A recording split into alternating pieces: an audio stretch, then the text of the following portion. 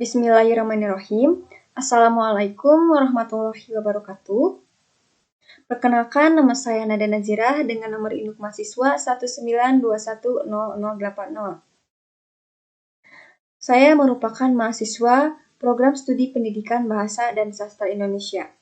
Pada kesempatan kali ini, saya akan mempresentasikan hasil penelitian skripsi saya yang berjudul Pengembangan Bahan Ajar menggunakan model pembelajaran CTL, Contextual Teaching and Learning, berbantuan aplikasi Canva untuk meningkatkan kemampuan menulis cerita fabel kelas 7 SMP.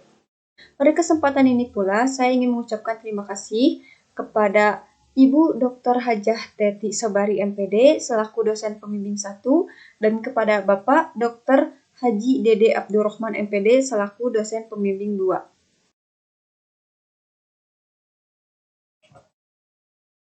Pada pembahasan kali ini terdapat 5 pembahasan, di mana yang pertama ada pendahuluan yang akan membahas tentang latar belakang dan juga rumusan masalah.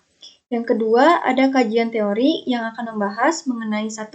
Model pembelajaran CTL, 2. Bahan ajar berbantuan aplikasi Canva, dan 3. Kemampuan menulis cerita fabel. Yang ketiga ada metode penelitian yang akan membahas tentang 1. Metode dan desain, 2. Subjek penelitian, dan 3. Instrumen penelitian. Dan keempat ada hasil penelitian yang akan membahas mengenai 1. Proses pengembangan, 2. Kelayakan, 3. Respons, dan 4. Kemampuan menulis. Dan terakhir, kelima ada simpulan yang akan membahas mengenai simpulan. Pada pembahasan pertama, di pendahuluan ada latar belakang. Keterampilan menulis peserta didik masih lemah. Peserta didik menganggap bahwa menulis merupakan hal yang membosankan dan tidak menarik. Kesulitan yang dialami pun beragam, dimulai sulitnya mencari ide, menyusun kalimat dengan tepat, penggunaan diksi yang kurang tepat, kemudian proses pembelajaran juga masih menggunakan pendekatan konvensional sehingga peserta didik merasa jenuh selama pembelajaran. Kemudian ada rumusan masalah. Pada penelitian ini terdapat 4 rumusan masalah. Yang pertama, bagaimana proses pengembangan bahan ajar materi cerita fabel dengan menggunakan model pembelajaran CTL berbantuan aplikasi Canva untuk peserta didik kelas 7. Yang kedua, bagaimana kelayakan bahan ajar materi cerita fabel dengan menggunakan model pembelajaran CTL berbantuan aplikasi Canva menurut ahli dan praktisi. Ketiga, bagaimana respons siswa kelas 7 terhadap bahan ajar pada materi cerita fabel dengan menggunakan model pembelajaran CTL berbantuan aplikasi Canva. Dan keempat, bagaimana kemampuan menulis teks cerita fabel dengan menggunakan model pembelajaran CTL berbantuan aplikasi Canva. Kemudian pada pembahasan kedua yaitu ada kajian teori. Yang pertama ada model pembelajaran CTL. Model pembelajaran CTL menurut Majid pada tahun 2013 halaman 228 merupakan pembelajaran di mana proses pendidikannya ini bertujuan untuk memotivasi peserta didik untuk memahami makna materi pelajaran yang dipelajarinya dengan mengaitkan materi tersebut dengan konteks kehidupan mereka sehari-hari. Kemudian komponen pada model CTL ini ada 6. Yang pertama konstruktivisme, yaitu pendekatan. Yang kedua ada questioning, bertanya. Ketiga ada inquiry, menemukan. Keempat ada learning community, masyarakat belajar. Kelima modeling, pemodelan. Dan terakhir keenam authentic assessment, penilaian. Nah, pendapat ini termasuk pendapat dari Zainan dan Aki pada tahun 2014. Selanjutnya ada langkah-langkah CTL. Yang pertama, mengembangkan pemikiran peserta didik. Kedua, melaksanakan inquiry sebanyak mungkin. Ketiga, mengembangkan sifat ingin tahu peserta didik. Keempat, menciptakan masyarakat belajar. Kelima, memberikan pemodelan atau contoh. Keenam, melakukan refleksi. Dan ketujuh, melakukan penilaian. Kemudian, yang kedua, bahan ajar berbantuan aplikasi Canva. Bahan ajar merupakan seperangkat materi pembelajaran yang dapat membantu guru dalam melaksanakan pembelajaran di dalam kelas. Bahan ajar dikemas secara sistematis dan dibuat untuk membantu peserta didik dalam menguasai pembelajaran Ini merupakan pendapat Daryanto pada tahun 2013. Kemudian Canva merupakan aplikasi yang dikembangkan untuk memudahkan pengguna dalam membuat desain grafis seperti PowerPoint, bahan ajar, pamflet, resume, dan lain-lain. Nah, ini menurut Pelangi dan kawan-kawan pada tahun 2020. Kemudian, pengembangan bahan ajar berbantuan aplikasi Canva meningkatkan kemampuan menulis cerita fabel bisa menjadi solusi untuk mengatasi permasalahan yang dihadapi peserta didik. Peserta didik dapat mengaitkan kehidupan sehari-hari ke dalam tulisan dan dapat berkreasi dengan menggunakan aplikasi Canva. Kemudian, yang ketiga, meningkatkan kemampuan menulis pada cerita fabel. Menulis merupakan keterampilan berbahasa yang bertujuan untuk memberikan segala bentuk informasi dan penulis kepada pembaca. Ini menurut Sidik pada tahun 2016. Keterampilan ini tidak datang secara otomatis, tetapi harus melalui latihan dan praktik yang banyak secara teratur untuk meningkatkan kosakata berbahasa. Cerita fabel merupakan cerita yang menceritakan tentang kehidupan para binatang yang bertingkah laku layaknya seperti manusia. Kemudian, fabel ini merupakan cerita yang penokohan atau kisah kehidupan manusia yang diperankan oleh binatang, ini menurut Nurgianto pada tahun 2005. Kemudian, pembahasan yang ketiga yaitu ada metode penelitian. Di dalamnya ada 1. Metode dan desain, 2. Subjek penelitian, dan 3. Instrumen penelitian. Saya akan membahas pembahasan yang pertama yaitu metode dan desain. Metode yang digunakan yaitu Research and Development, R&D.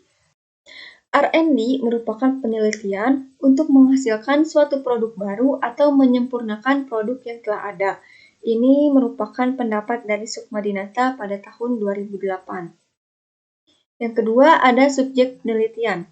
Subjek penelitian ini dilakukan di SMP Bakti Mulia pada kelas 7B, 7C, dan juga 7E. Uji terbatas dilakukan pada kelas 7C dengan jumlah sampel 15 siswa dan uji coba luas dilakukan di kelas 7B sebanyak 20 sampel dan kelas 7E sebanyak 20 sampel. Jadi, uji terbatas dilakukan pada 15 siswa dan uji luas dilakukan pada 40 siswa. Baik, selanjutnya ada instrumen penelitian. Instrumen yang dipakai pada penelitian ini ada 2. Yang pertama non-test. Di antaranya ada instrumen penelitian berupa RPP, kemudian lembar observasi, lembar angket, lembar tes, dan lembar validasi produk.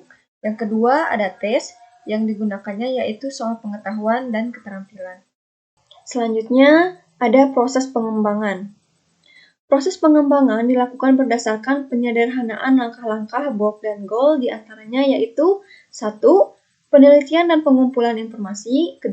Perencanaan, 3. Pengembangan draft produk, 4. Validasi desain, 5. Revisi desain, 6. Uji coba produk, 7. Revisi akhir, dan 8. Produk layak digunakan.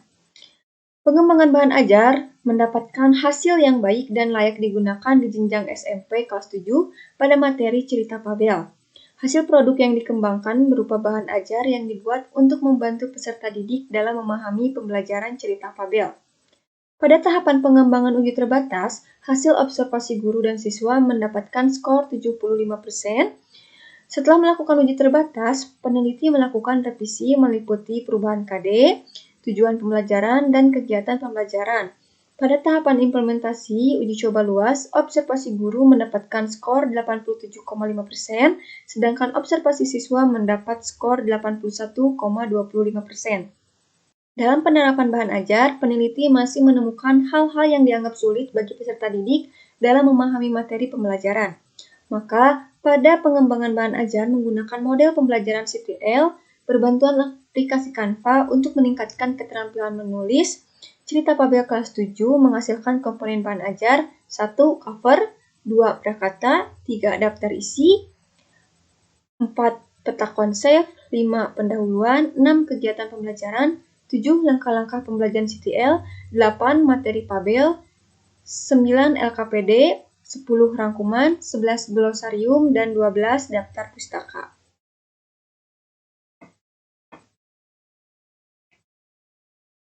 Selanjutnya, kelayakan.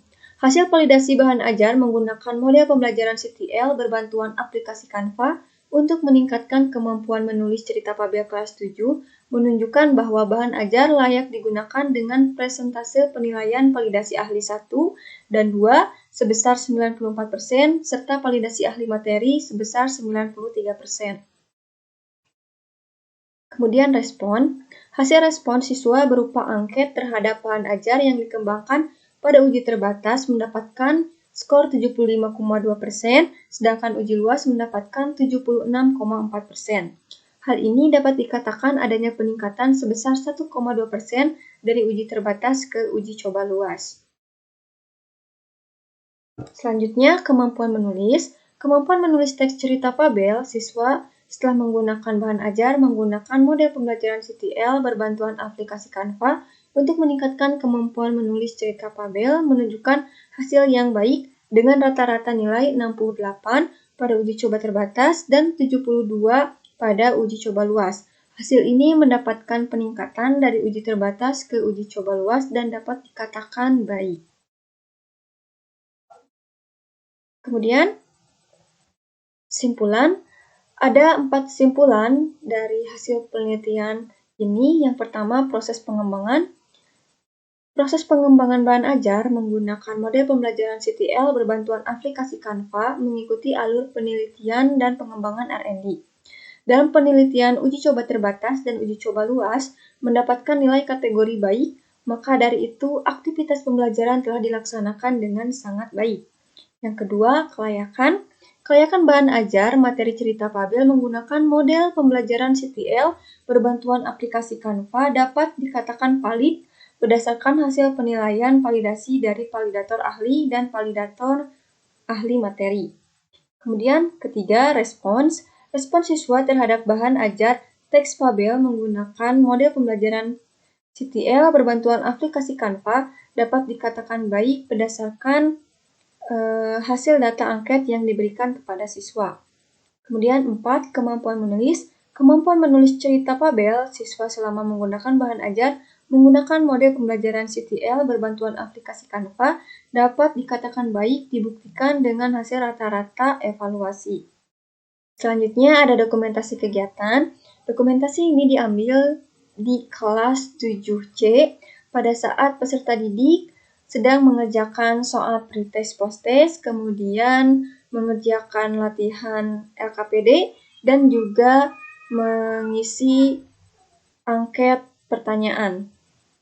Kemudian ini juga sama, dokumentasi kegiatan yang diabadikan di kelas 7B, kegiatannya masih sama, yaitu mendokumentasikan peserta didik yang sedang menggunakan handphone untuk melihat modul ajar yang saya bagikan, kemudian peserta didik mengerjakan pretest posttest dan juga LKPD yang telah dibagikan, kemudian pertanyaan angket.